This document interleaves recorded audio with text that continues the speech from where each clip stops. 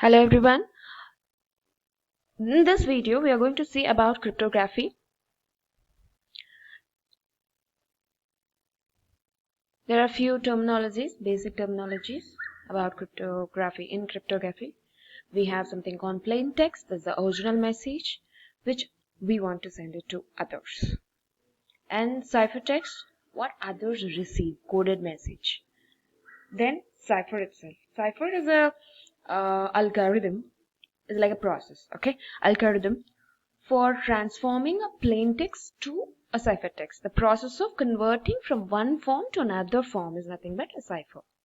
Key is an information used in a cipher known only to the sender or the receiver.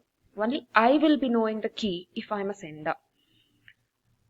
I will share that key only to the receiver. Okay? And encipher and decipher. Encipher, when you're converting a plain text to a ciphertext. Okay, original message to a coded message. When you're converting that becomes encipher. Decipher is nothing but the ciphertext to the plain text. When I am converting coded message to original message, that becomes your decipher. When I am recovering the content, that becomes a decipher. So, cryptography is a study of encryption. Actually, encryption is a common word, but cryptography is a study of encryption methods and the principles. Okay, so cryptanalysis is a study of the principle of the method of decrypting ciphertext without knowing key. When you are converting without knowing key, that becomes cryptanalysis. This both together is known as cryptology. Okay. Cryptography is actually a modern word. Encryption is a synonym for cryptography. The study of encryption is nothing but cryptography. Both cryptography and cryptanalysis is nothing when you are studying both, then it is a cryptology. Okay, so here we can see when Bob is trying to reach or trying to send a message. Okay, so he used the encryption, means the original message to, okay, the original message will be converted into coding, and that will be used in the form of public or private key to convert and then give it to Alice. So there are two different: plain text, ciphertext. Plain text is a normal message. Ciphertext is a converted message. So there are few principles or the terminologies which we use are the 5 different ingredients for cryptography or encryption scheme. That is plain text, encryption algorithm, and the secret key, and the ciphertext and the decryption. Here you can see in this image, this is the plain text. This is also a plain text, and here it is the ciphertext, and we do have a encrypt and decrypt. So, and we have something called key, secret key, either in the form of public or the private. Private, I'll be sharing. Only the receiver and the sender will have it, and the public is the one which is shared more than 2 people. This security depends on the secrecy of the key, not the secrecy of algorithm. The encryption is totally depending on the secrecy of the key. When you are holding the key, depending on that, it is not on the algorithm. Okay, so you have, if you are sharing with one single, that becomes a private. If you are sharing with many, that becomes a public key. So it is totally depends on the key which you are maintaining, not the algorithm. Okay, so here we have some characteristics. There are 3 independent dimensions. That is a type of operation used for transforming a plain text to the cryptotype ciphertext. So when you have a plain text to the ciphertext, when you're using the We are using some method to transform from the plain text to ciphertext, right? That's one characteristic. And then second one is the number of keys used. When you're using to create a key, you have two different key, that is symmetric and asymmetric key. Symmetric key is a single key which you will be having with you, and you will be sharing with only for the receiver. Asymmetric key are the two different keys. Okay, one is public and another private. Two keys or the public key itself. And the third one is the way in which the plain text is processed. Okay, how you are processing the plain text. Okay, so there are different types of cryptography. One is asymmetric and symmetric. Symmetric is with the single key, and asymmetric to or the public key itself. Okay, in symmetric key only you have two different. Okay, in symmetric only you have two different. One is classic, one is modern. Classic, the old methods, transposition cipher and substitution cipher. Means transposition, one form to another. You're using different forms to you make it as a key. And the substitution is instead of one, I'm using a. Something like that is a substitution. Okay, and the modern subscription is modern cryptography is, we have two different. One is a stream, another is a block. Stream is something we'll have like how we stream videos, so there will be a complete flow. But in block, you have a stop. You will have some box where the content will be stored only in that box. You need to open that folder to get the content. Like how you click on the link to Google Form, only that Google Form will give you the attendance. One YouTube will give you the content. So block, when you're having a block, that becomes a block cipher. Okay, so here we go for the explanation of symmetric encryption. So symmetric encryption is also known as a conventional encryption or the single key encryption. It was actually only type of encryption in use prior to the public encryption. Okay, in 1970s it was only the type of encryption which was used. It remains by far that the most widely used two keys of encryption. All traditional schemes are symmetric single key, or is nothing but symmetric, is also known as single, or also known as private key. Encryption algorithms with the single key, okay, used for both encryption and decryption. For both, when we are using A to open to lock the plain text, as well as to open. For both, I'm using the same key. Here you will understand more, I think, in this model. Here you have is the same key. So the secret key will be shared to the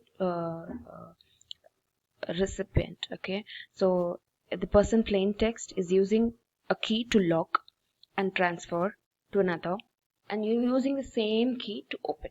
That becomes your symmetric cipher. Okay.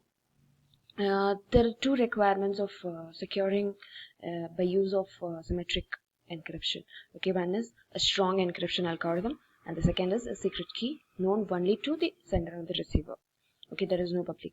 It is not two. It is only one.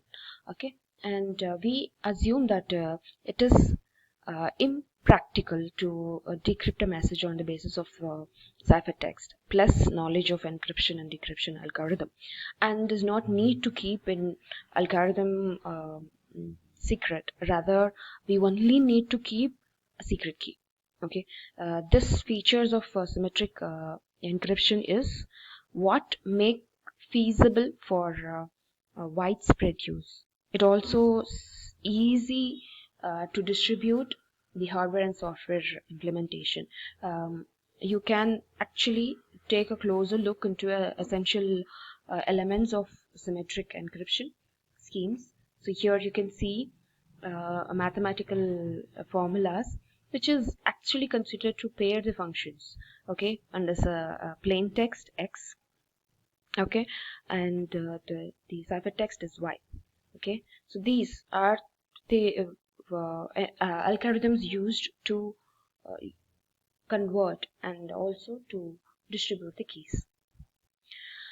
Okay, here in this session, this particular section, that is the substitution cipher, we examine a sample of what might be the classical encryption techniques. So classical means old type, the traditional type.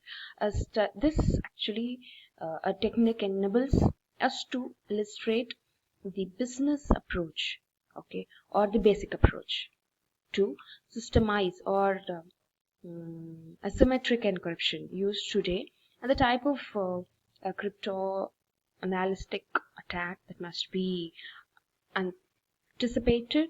Okay, the two basic blocking boxes or the building blocks of all encryption techniques are substitution and transposition. So one is substitution and then another one is transposition. Okay, you will have two sections.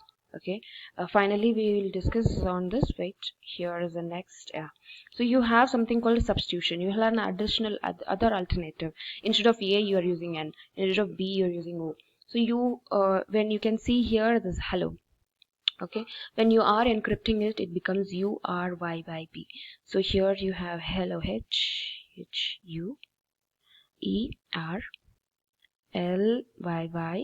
and B. So when you are using this encryption, you are going to use the same key to open also. Okay, and here is something called Caesar cipher. Okay, this substitution cipher is the first fundamental building block. That the core idea is to replace the basic units with another. Okay, where the substitution cipher, this was the sample, or this was the only reason, or the simple letter which was shifted from this Caesar cipher actually. Okay, here you can see this.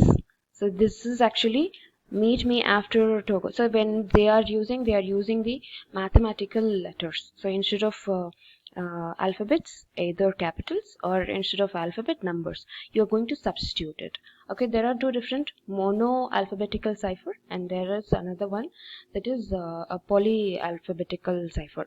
Monoalphabetical cipher is going to be 25 possible keys, and a dramatic increase in the key space. So you will be having some space like fourth letter or fifth letter will be displayed here. Okay, here you have another polyalphabetic cipher. So polyalphabetic cipher is also it's like a substitution of another number. Either you'll have in D. So D represents 3, E represents 2. Likewise, so you are going to use the key and the plain key and then the cipher key. You are going to finalize that based on the cipher keys. Okay. So here we have Vigenère, and this is actually a simplest polyalphabetic substitutional ciphers. Okay, and here you will have an example which will also explain you on the key. So this is the key, and you're using the plain text and ciphertext. You're using the same ciphertext to open it. So we have another type that is called transposition cipher. Transposition cipher you can see here. So this will be the combinations where you will be using different combinations to use it. The text will be different and your cipher will be different. Here transposition, so use the plain text. So this is the information you want to send, and this is the keyword, and this is cipher. So when I will just show you the example also, where you can understand. Yeah, here is the one I was just mentioning. So this is actually the public key encryption demo. So where I will found it in cobweb.sc, cs.uga.edu. So this is actually help you to understand what is public key and what is private key. Here you can see a public key will be actually posted in a public, anyone can access. Okay, private keys are the one which you only own, or only you give to your receiver or the recipient. Okay, here first we will find out the generate the key. So when I generate the key, randomly it creates the public key, that is 167, and the private key is 86. So here you can see the message. You can type any message if you want. I'll just type good morning. So any message you can type here, and then give here encryption key. So encryption key here is, you just need to give 167 and then give encode. So then it will be creating this encrypted message. So you're giving your public key, and this is going to be your public key. Okay, and this 86 you're going to give, that is will be a private key. So only that private key will be helping you to transmit, or you will be able to open it with your you can bring back your plain text only with the help of this private key. So I'm going to type here this 89 and then decode. When I decode, the plain text will display in the decrypted message. Okay, so here, yeah, so here that encryption decryption which example which I showed, so that is example for this. So when you are using the plain text and you want the key and using the keyword, you are making it ciphertext, means you are making it a small key, and then you use the same keywords to retrieve your data, retrieve your plain text. Okay, so here we go for the another example. Meet me after something. Yeah, so here is the one. So here you have the plain text. With the help of plain text, you're making it ciphertext and then converting again. So that's the example which I gave you guys. So we have something called Feistel ciphertext. So it's actually a structure which has been which is actually worked by IBM Thomas, which is there is the suitable inventional cipher structure in the early 90s or early 70s actually, sorry. Early 70s, this was the format we used to exchange the information. Okay, so which performs the substitution on the left data half based on the round function of the right half and the subkey, and when and then we have something called software hardware based on the encryption and decryption. The slight changes is how the keys are used.